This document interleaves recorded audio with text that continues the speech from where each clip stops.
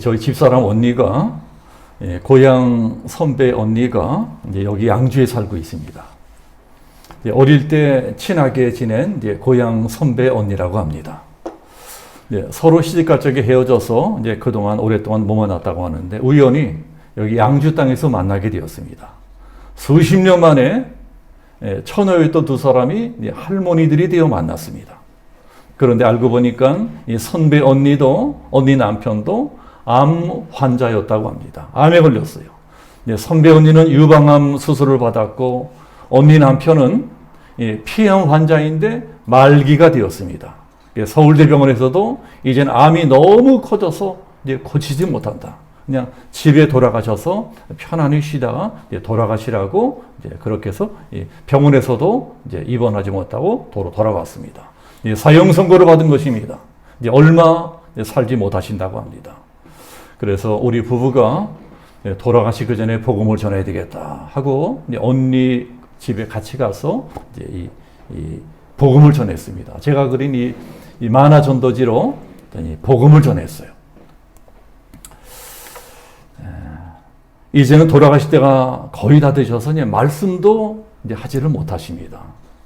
그래도 이제 복음을 전하니까 복음을 잘 받아들이시고 예수님을 영접하셨습니다. 평생 예수 믿지 않고 사시다가 돌아가시기 직전에 이제 구원받게 된 것입니다.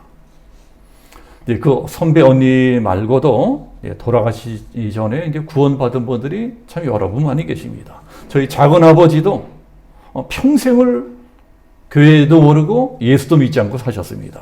근데 작은 아버지도 돌아가시기 전에 암에 걸리셨어요. 근데 암에 걸려 돌아가시게 되었습니다. 우리 작은 아버지는 이제 강북 삼성병원에 입원해 계셨는데 우리 작은 아버지가 돌아가시기 전에 이 복음을 전해야겠다. 제가 찾아갔습니다. 이제 찾아가 보니까 이미 말씀도 못 하세요. 임종이 가깝습니다. 그래도 이제 다행히 저는 알아보셨습니다. 그래서 제가 귀에다가 입을 바짝 갖다 붙이고 작은 아버지에게 열심히 복음을 전했습니다. 열심히 복음을 전하고 그 다음에 영접을 하게 되는데 이미 돌아가실 때가 돼서 말씀을 하지 못하세요. 그래서 제가 이렇게 했습니다. 작은 아버지, 제 말씀 들으셨지요? 이제부터라도 예수님 믿기로 결심하셨으면은 말씀 못하시니까 제 손을 꽉 잡으세요. 제 손을 꼭 잡으세요. 그랬더니 놀랍게도 작은 아버지가 있는 힘을 다해서 말씀 못하지만 있는 힘을 다해서 제 손을 꽉 잡았습니다. 예수 믿겠다는 것입니다. 예수님을 영접했습니다. 우리 작은 아버지도 임종 직전에 예수님 영접하고 그 다음에 편안하게 돌아가셨습니다. 저기 앉아 계신 우리 주순양 권사님도 마찬가지예요. 우리 주순양 권사님 어머니도 이제 90이 넘으셔서 이제 돌아가실 때가 되셨습니다. 주순양 권사님, 목사님 어떻게 해요? 우리 어머니한테 전도해야 되는데, 복음 전해야 되는데, 같이 갑시다. 그래서 제가 이제 구리의 아드님과 같이 살고 계셨는데, 이제 구리에 있는 아드님 집으로 찾아가셔서 이제 복음을 전했는데, 치매기가 좀 있으셨다고 했어요.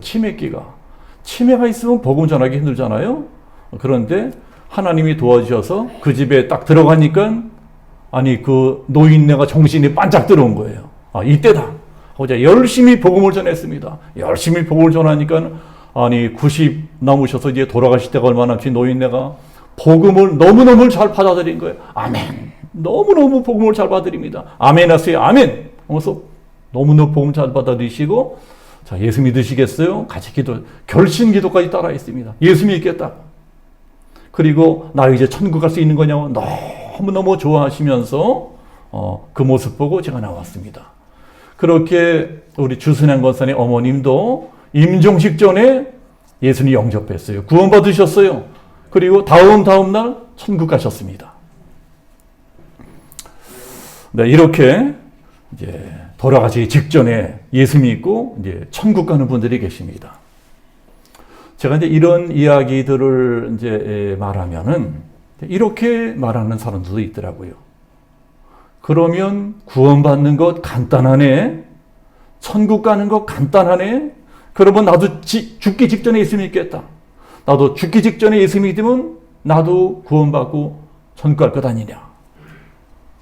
교회를 다니면 술도 못 먹고 주일날 어디 놀러 다니지도 못하고 재미없게 살게 될 테니까 그냥 교회 안 다니고 평생을 나가고 싶은 거 다 신나게 하고 살다가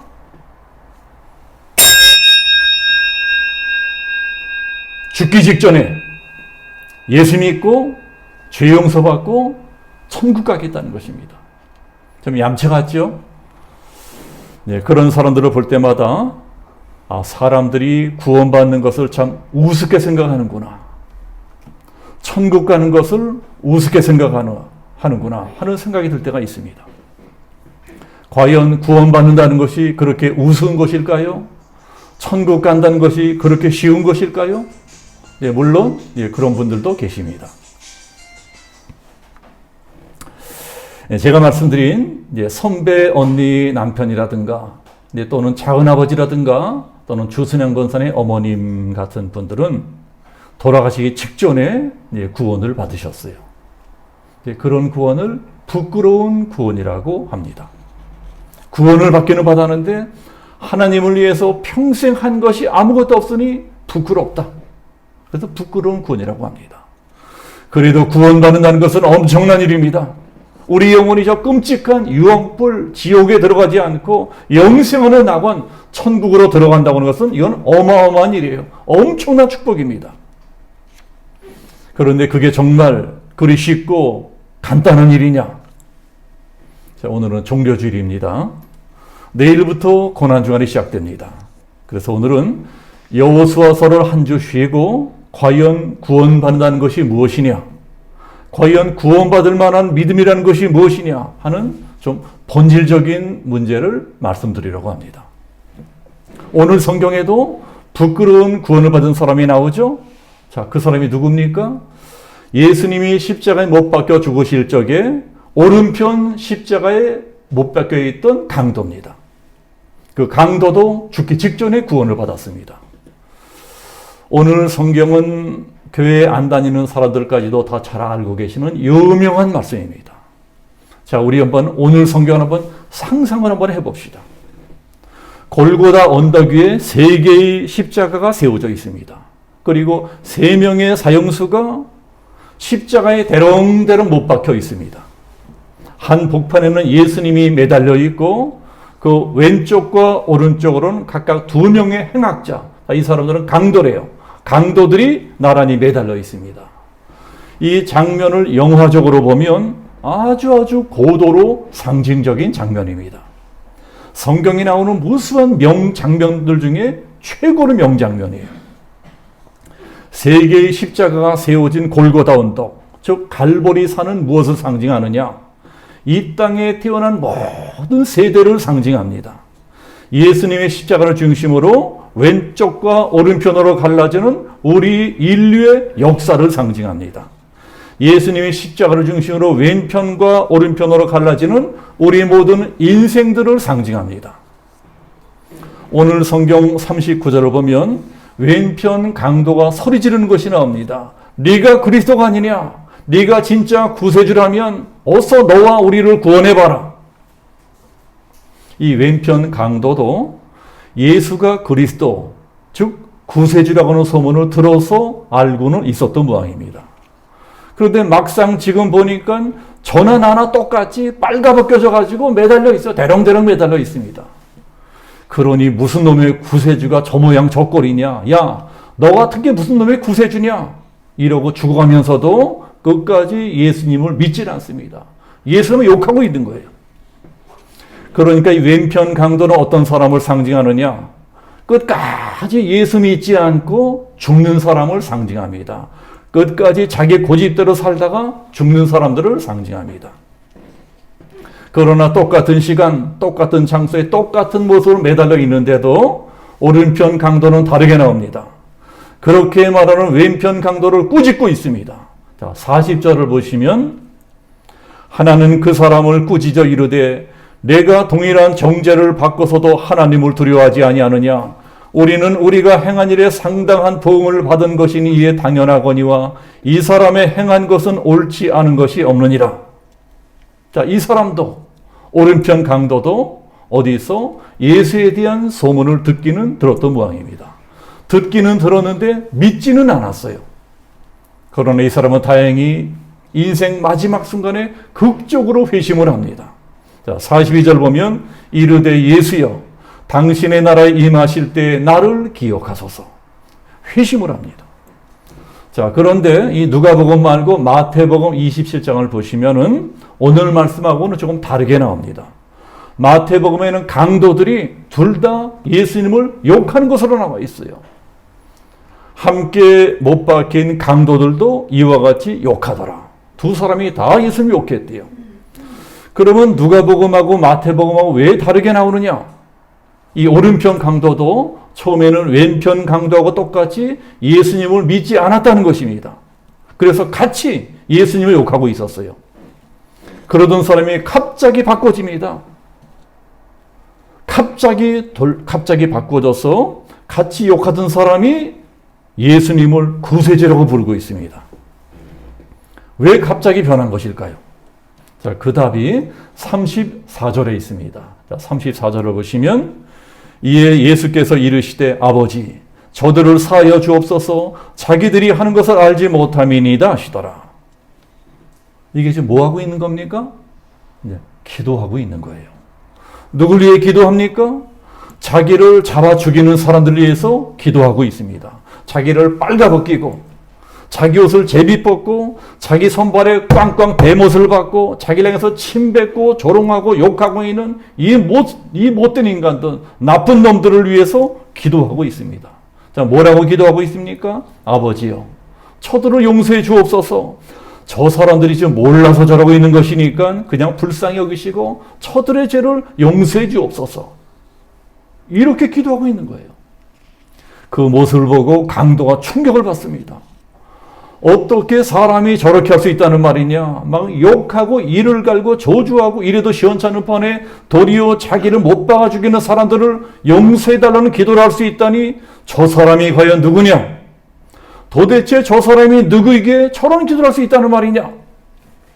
그러면서 예수님을 다시 보게 됩니다. 예수를 다시 보게 되는 순간에 아마 영안이 쫙 열렸던 것 같습니다. 활짝 영의 눈을 뜨게 되면서 저분이 바로 구세주로구나. 이것을 깨닫게 됩니다. 그것을 깨닫자마자 즉시 예수님을 구절히 영접합니다. 주 예수여, 당신의 나라에 임하실 때 나를 기억하소서. 네, 그러니까 이 오른편 강도는 누굽니까? 결국은 예수 믿고 구원받고 천국 들어가게 되는 모든 사람들을 상징을 합니다. 십자가는 이렇게 구원받을 사람과 멸망받은 사람이 갈라지는 장소입니다. 우리들은 항상 십자가를 가운데 놓고 두 종류의 사람으로 갈라지게 되어 있습니다. 십자가를 중심으로 영의 사람과 육의 사람으로 갈라집니다. 십자가를 중심으로 옛사람과 새사람으로 갈라집니다. 양과 염소로 갈라집니다. 알곡과 가라지로 갈라집니다. 천국과 지옥으로 갈라집니다.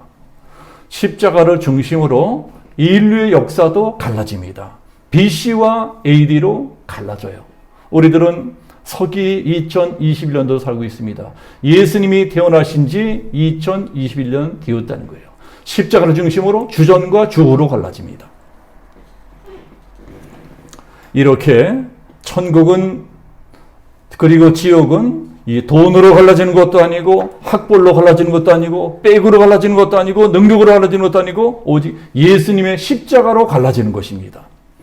예수님을 믿지 않으면 멸망 지옥으로 떨어지는 것이고 누구든지 예수님을 영접하면은 다 영생하는 천국으로 들어갑니다. 뭐 지옥 갈 사람이 벨라못으로 태어난 것 아닙니다. 뿔라못으로 태어난 것 아니에요. 지옥 갈 사람이 지옥 갈 사주팔자 되고 태어난 것 아닙니다. 아무리 좋은 일 많이 하고 착한 일하고 살았다 할지라도 예수 믿지 않으면 멸망을 하고 아무리 흉악한 죄인이라 할지라도 예수 믿고 영접하면 구원받고 천국 가는 것입니다. 이게 성경의 이야기예요. 사실 이 오른편 강도가 구원을 받았다는 것은 너무나 충격적인 일입니다. 아니 도대체 그 인간이 뭘 한 게 있다고? 뭘 한 게 있다고 구원을 받아? 평생 죄만 짓고 살던 인간이 뭘 잘한 것이 있다고 천국 가게 됩니까? 이건 정말 너무나 불공평한 일인 것 같습니다. 우리들처럼 남한테 별로 피해 주시지 않고 착하게 산 우리들도 천국에 갈똥말똥한데 아니 어떻게 저런 강도가 천국 갈 수 있다는 말이냐? 자, 이렇게 이 일이 어떤 사람에게는 불공평한 일 같지만 또 어떤 사람에겐 소망과 위로를 주는 일이 되기도 합니다. 저런 인간도 구원받고 천국 갈 수 있다면 나도 얼마든지 구원받고 천국 갈 수 있지 않겠느냐? 저런 사람이 천국 갈 수 있다면 나도 천국 갈 수 있겠구나. 자, 그렇다면 과연 오른편 강도가 뭘 했기 때문에 천국 갔습니까? 아무것도 한 것이 없어요. 그저 예수님을 믿었기 때문에 천국 간 것입니다. 그렇다면 과연 예수님을 믿는다는 것이 무엇일까요? 예수를 믿기만 하면 다 천국 간다는데 과연 예수를 믿는다는 것이 무엇이냐? 자, 어떤 것일까요? 오늘 성경은 이 오른편 강도를 통해서 그 답을 가르쳐주고 있습니다. 그 강도는 아무것도 좋은 일을 한 것이 없는 것 같지만 과연 예수 믿고 구원받는다는 것이 어떤 것이냐? 과연 어떤 믿음이 구원받을 만한 믿음이고 천국 들어올 만한 믿음이냐? 이것 하나만은 우리들에게 확실하게 가르쳐주고 떠났습니다. 이 강도는 오늘 성경을 통해서 구원받을 만한 믿음이란 어떤 것이냐 하는 세 가지 중요한 진리를 가르쳐주고 있습니다. 비록 막차 타고 간신히 천국 들어간 강도라고 할지라도 이 사람은 적어도 이 세 가지 믿음만은 확실하게 갖고 있었다는 것입니다. 자, 그렇다면 첫 번째, 과연 이 오른편 강도가 갖고 있던 믿음은 어떤 믿음이었느냐? 자, 우리 40절 다시 한번 같이 보겠습니다. 40절 보시면 하나는 그 사람을 꾸짖어 이르되 내가 동일한 정죄를 받고서도 하나님을 두려워 아니하느냐? 이런 말씀이 나오죠. 이 강도의 믿음이 어떤 믿음이었습니까? 하나님을 두려워하는 믿음이었습니다. 하나님을 두려워해요. 우리가 구원받기 위해서는 반드시 회개해야 됩니다. 회개가 필수예요. 회개 없는 구원이란 있을 수가 없습니다. 그런데 회개라고 하는 것이 어디서부터 시작하느냐? 하나님을 두려워하는 데부터 시작합니다. 하나님을 두려워하는 사람만이 회개할 수 있습니다. 그런데 오른편 강도가 하나님을 두려워하고 있었다는 것입니다. 왜요? 이 사람은 곧 자기가 죽을 걸 알고 있어요. 곧 생명이 끊어지는 걸 알고 있습니다. 그러면 그 다음에는 심판이 기다리고 있구나. 자, 이것을 깨닫게 됩니다. 회개란 여기서부터 시작이 됩니다. 히브리서에 이런 말씀이 있습니다. 한 번 죽는 것은 사람에게 정하신 것이요 그 후에는 심판이 있으리니. 우리가 죽은 다음엔 다 끝나는 것이 아니고 심판이 기다리고 있다는 것입니다. 하나님의 심판이 기다리고 있어요. 그래서 이 세상에서 가장 어리석은 사람이 이런 사람입니다.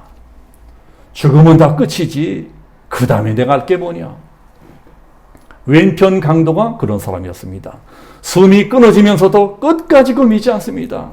헛소리하지 마라. 내세가 어디 있느냐? 천국과 지옥이 어디 있느냐? 하나님이 어디 있고 심판이 어디 있느냐? 죽으면 다 끝나는 것이다. 나 하나 죽으면 다 끝난다. 이게 왼편 강도. 자, 그런데 우리는 좀 어떻습니까? 과연 죽음 이후에 하나님의 심판이 기다리고 있다는 사실을 우리들은 확실하게 믿고 있습니까? 교회를 좀 오래 다니신 분들은 말로는 이제 그것을 다 믿는다고 하십니다. 그런데 사시는 걸 보면 도저히 그걸 믿는 분 같지가 않아요. 정말 죽고 난 다음에 심판이 있다는 사실을 확실히 믿고 산다면 도저히 그렇게 살 수가 없는 거예요. 아니, 심판을 믿는데 어떻게 그렇게 죄 짓고 살고 거짓말하고 살고 욕심 부리고 살고 이제 그렇게 할 수 있겠습니까? 그러니 사실 말로는 믿는다고 하면서도 속으로는 믿지 않고 있는 것입니다. 그러니 그렇게 살고 있는 것입니다. 정말 죽음 이후에 심판이 있다는 것을 믿고 산다면, 정말 천국과 지옥이 있다는 것을 믿는 사람이라면 그렇게 아무렇게나 살 수가 없습니다. 그렇게 되는 대로 막 살 수가 없어요. 정말 천국과 지옥이 있다는 게 믿어지는 사람이라면 하나님을 두려워하게 되어 있습니다. 하나님을 두려워하게 돼요. 심판이 있다는 것을 아는데 어떻게 그러고 살 수 있겠어요? 오른편 강도가 그런 사람이었습니다. 하나님의 심판을 두려워합니다. 이 사람이 그것을 뒤늦게 깨닫고 뭘 합니까? 죽기 직전에 자기가 할 수 있는 유일한 일을 합니다. 유일한 좋은 일. 자, 그것이 무엇일까요? 끝까지 예수 믿지 않는 왼편 강도를 꾸짖는 거예요. 야 이놈아! 너는 하나님이 두렵지도 않으냐? 근데 그게 40절이에요. 만약에 이 자리에도 아직 하나님을 두려워하지 않고 사시는 분이 계시다면 그런 분은 지금 오른편 강도가 우리에게 하는 말을 들어야 됩니다. 여보시오, 당신은 하나님이 두렵지도 않습니까? 자, 두 번째, 이 오른편 강도의 믿음은 어떤 믿음이냐?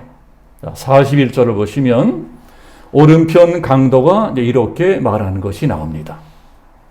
우리는 우리가 행한 일에 상당한 보응을 받는 것이니 이에 당연하거니와. 자, 이게 무슨 말이에요? 나는 죄인이라는 것입니다. 나는 죄인입니다. 나는 이제까지 많은 죄를 지으며 살았습니다. 이것을 고백을 합니다. 그게 누구한테 지은 죄입니까? 물론 사람들한테 지은 죄일 수도 있어요. 강도니까 얼마나 많은 죄를 지었겠습니까? 그런데 잘 생각해 보면은 솔직히 죄 짓고 사는 것은 우리들도 마찬가지입니다. 비록 우리가 강도질, 도둑질은 안 했다 할지라도 사실 이제까지 우리도 얼마나 많은 죄를 짓고 살았습니까? 겉보기엔 다 점잖은 척, 얌전한 척하고 살고 있지만 내가 얼마나 많은 죄를 지었는지는 내가 제일 잘 압니다. 내가 증인이에요.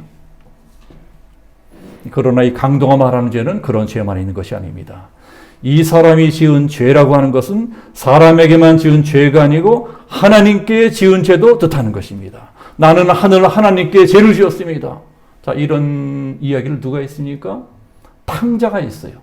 아버지 집을 떠나서 화랑방탕에 살던 탕자가 집으로 돌아오면서 나는 하나님께 죄를 지었습니다. 고백을 합니다. 오른편 강도도 그런 말을 하는 거예요.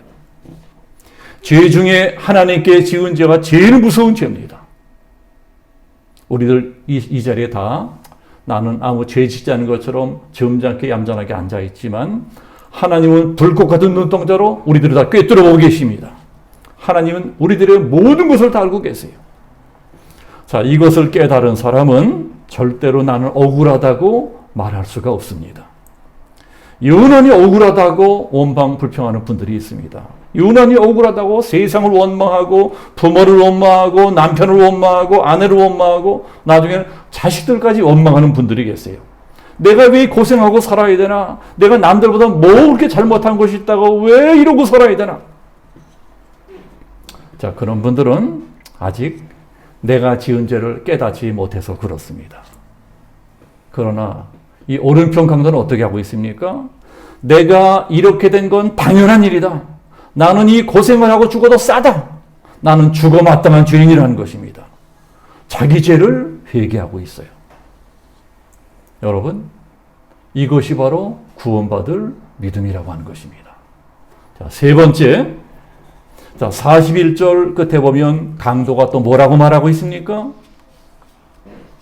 41절 끝에 보시면 이 사람의 행한 것은 옳지 않은 것이 없느니라. 이것이 뭐라고 말하는 겁니까? 뭐하고 있는 겁니까? 이 강도가 지금 예수님을 변호해주고 있는 거예요. 변호해주고 있어요. 강도가 지금 예수님 편을 들어주고 있습니다. 가만히 생각해보면 이것도 참 희한한 일입니다. 지금 예수님은 아무 죄도 없이 억울하게 십자가에 못 박혀 있습니다. 자, 그런 예수님을 누가 변호해 주어야 정상입니까? 당연히 12제자들이 변호해 주어야죠. 제자들이 변호해 주어야죠. 당연히 그 사람들이 예수님 편을 들어줘야 됩니다. 그런데 그 사람들이 다 어디 갔습니까? 다 도망갔어요.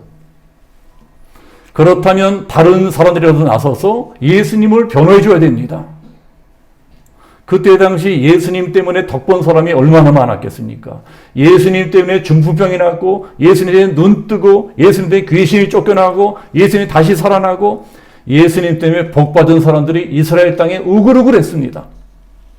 그러니 예수님을 변호해 줘야 된다면 그런 사람들이 해줘야 돼요.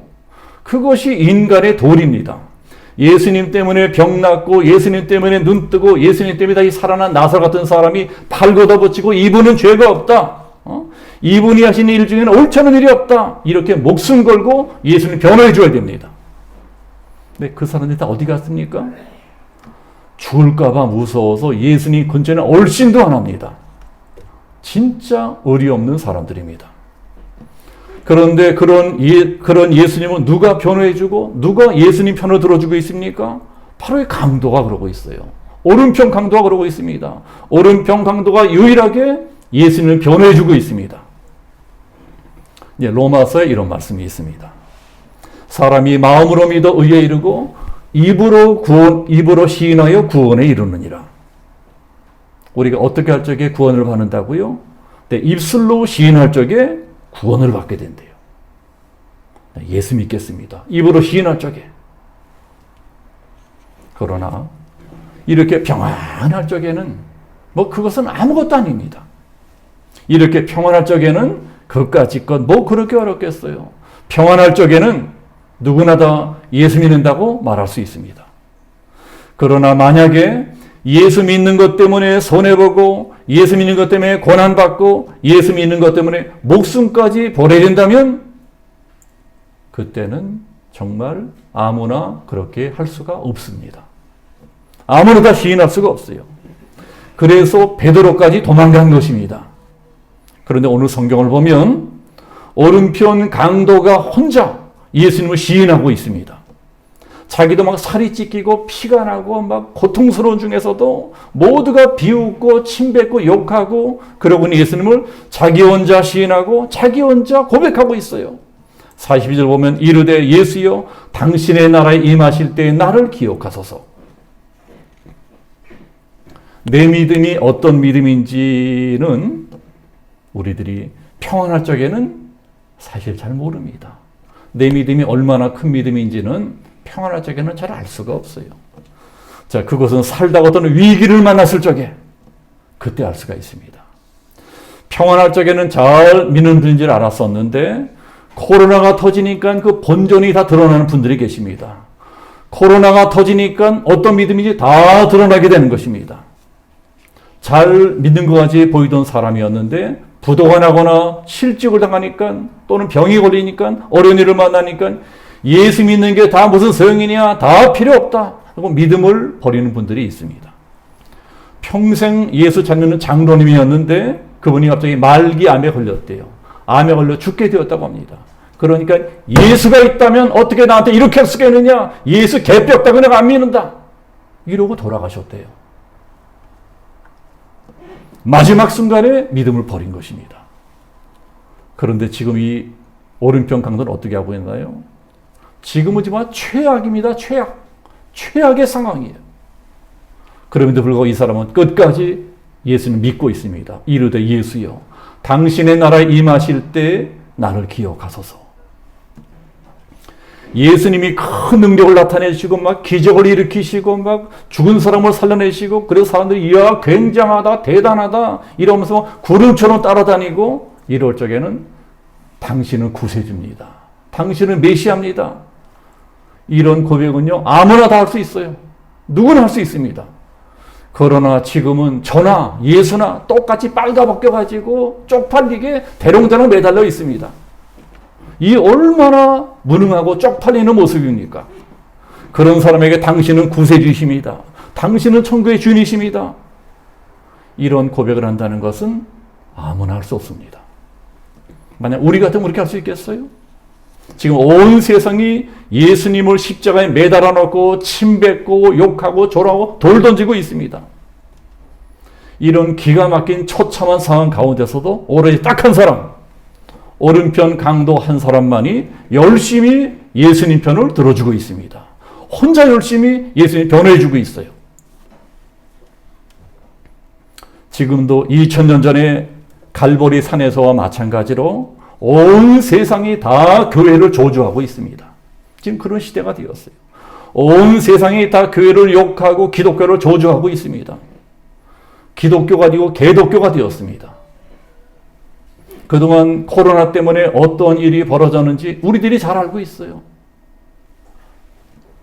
지금은 그야말로 교회가 최대 위기를 맞이하고 있습니다. 수많은 교회들이 존폐의 기로에 서 있습니다. 다 교회를 욕하고 기독교를 조주하고 있습니다. 예수님까지 욕하고 있습니다. 자, 그런데 그런 것을 보면서도 우리들은 어떻게 하고 있었습니까? 과연 이 강도만큼이나 예수님을 변호해주고 교회를 변호해주고 그렇게 애써 본 적이 있었나? 자, 우리가 스스로 돌아봅시다. 그러기는커녕 같이 욕하는 사람이 더 많았습니다. 교회가 틀려먹었어. 목사가 틀려먹었어. 이러고 더 욕하는 사람이 많았습니다. 이게 지금 오른편 강도와 천상과 똑같은 상황입니다. 그런데도 오른편 강도만은 끝까지 예수님 편을 들어주고 있습니다. 그러니 모든 사람들에게 버림받고 모든 사람들에게 저주를 받고 혼자 외롭게 쓸쓸히 죽어가는 예수님께 있어서 이 강도는 어떤 존재였을까요? 유일하게 예수님에 가는 마지막 길을 지켜둔 친구였습니다. 유일하게 예수님 편을 들어준 동지였습니다. 유일하게 끝까지 예수님을 믿어준 고마운 사람이었습니다. 자, 우리들도 이 세상 살다가 갑자기 어려운 일을 만났을 적에 누가 제일 고맙던가요? 누가 제일 고마웠습니까? 물론 밥 한 끼 사주고 돈 몇 푼 집어주고 이러는 분도 고맙지만 진짜 고마운 사람은 끝까지 나를 믿어주는 사람입니다. 끝까지 나와 함께 해주는 사람입니다. 그러니 아마 예수님도 마찬가지였을 것입니다. 그렇게 예수님이 가장 힘들 때, 가장 괴로울 적에 제일 가까이에서 예수님의 위로가 되고 힘이 되어준 이 오른편 강도가 제일 고마웠을 것입니다. 그래서 이 강도는 이제껏 그 어느 누구도 받지 못한 어마어마한 축복을 받게 됩니다. 자, 무슨 축복이요? 42절 보시면 내가 진실로 내게 이르노니 오늘 내가 나와 함께 낙원에 있으리라. 자, 무슨 복을 받았습니까? 예수님과 함께 최초로 천국에 들어가는 축복을 받게 됩니다. 잘 생각해 보세요. 예수님과 함께 천국에 최초로 들어갈 사람이 누구였습니까? 수제자인 베드로였습니까? 야고보나 요한이었습니까? 그런 사람들이 아니었어요. 막달라 마리아도 아니고 성모 마리아도 아니었습니다. 사도 바울도 아니었어요. 바로 이 강도였습니다.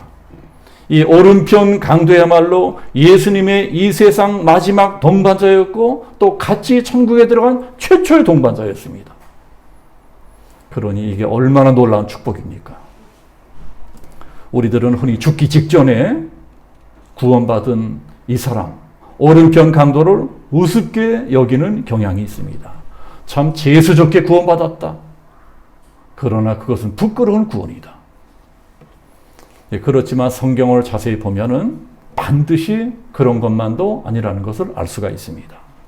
이 오른편 강도는 평생 못된 짓만 하고 살다가 죽기 직전에 부끄러운 구원을 받았습니다.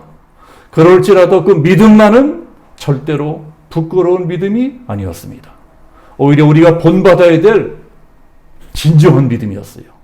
자, 어떤 믿음이라고요? 3가지 믿음이었습니다. 첫 번째, 하나님을 두려워하는 믿음이었습니다. 두 번째, 철저하게 자기 죄를 회개하는 믿음이었습니다. 세 번째, 끝까지 예수님 편에 서서 예수님을 변호하는 믿음이었어요. 네, 그렇다면 우리들은 지금 어떤 믿음일까? 과연 우리들은 어떠한 믿음을 가지고 있을까? 내일부터 고난주간이 시작됩니다. 이 고난주간 동안 오늘 말씀을 잘 생각하시면서 내 믿음을 확인해 봐야 되겠습니다. 과연 내 믿음은 어떤 믿음일까? 과연 내 믿음은 오른편 강도보다 나은 믿음일까? 과연 나는 구원받을 만한 믿음을 가지고 있을까? 이런 것들을 생각하시면서 고난주간 동안 내가 할 수 있는 아주 작은 일이라도, 아주 조그만 일이라도 예수님을 위해서 한 가지라도 행하는 귀한 고난주간을 보내게 되시기를 예수님의 이름으로 축복합니다. 아멘. 우리 함께 기도하겠습니다. 아버지 하나님, 구원받을 만한 믿음이라고 하는 제목의 말씀을 들었습니다. 하나님, 오른편 강도의 구원받는 사건을 통해서 정녕 나는 어떤 믿음을 가지고 있나? 정녕 나는 오른편 강도보다 나은 믿음을 가지고 있나? 정령이 나는 구원받을 만한 믿음을 가지고 있나? 이것을 깊이 묵상하며 고난주간을 보낼 수 있게끔 우리들의 마음을 겸손하게 만들어주시기를 원하며 예수 그리스도의 이름으로 기도하옵나이다. 아멘.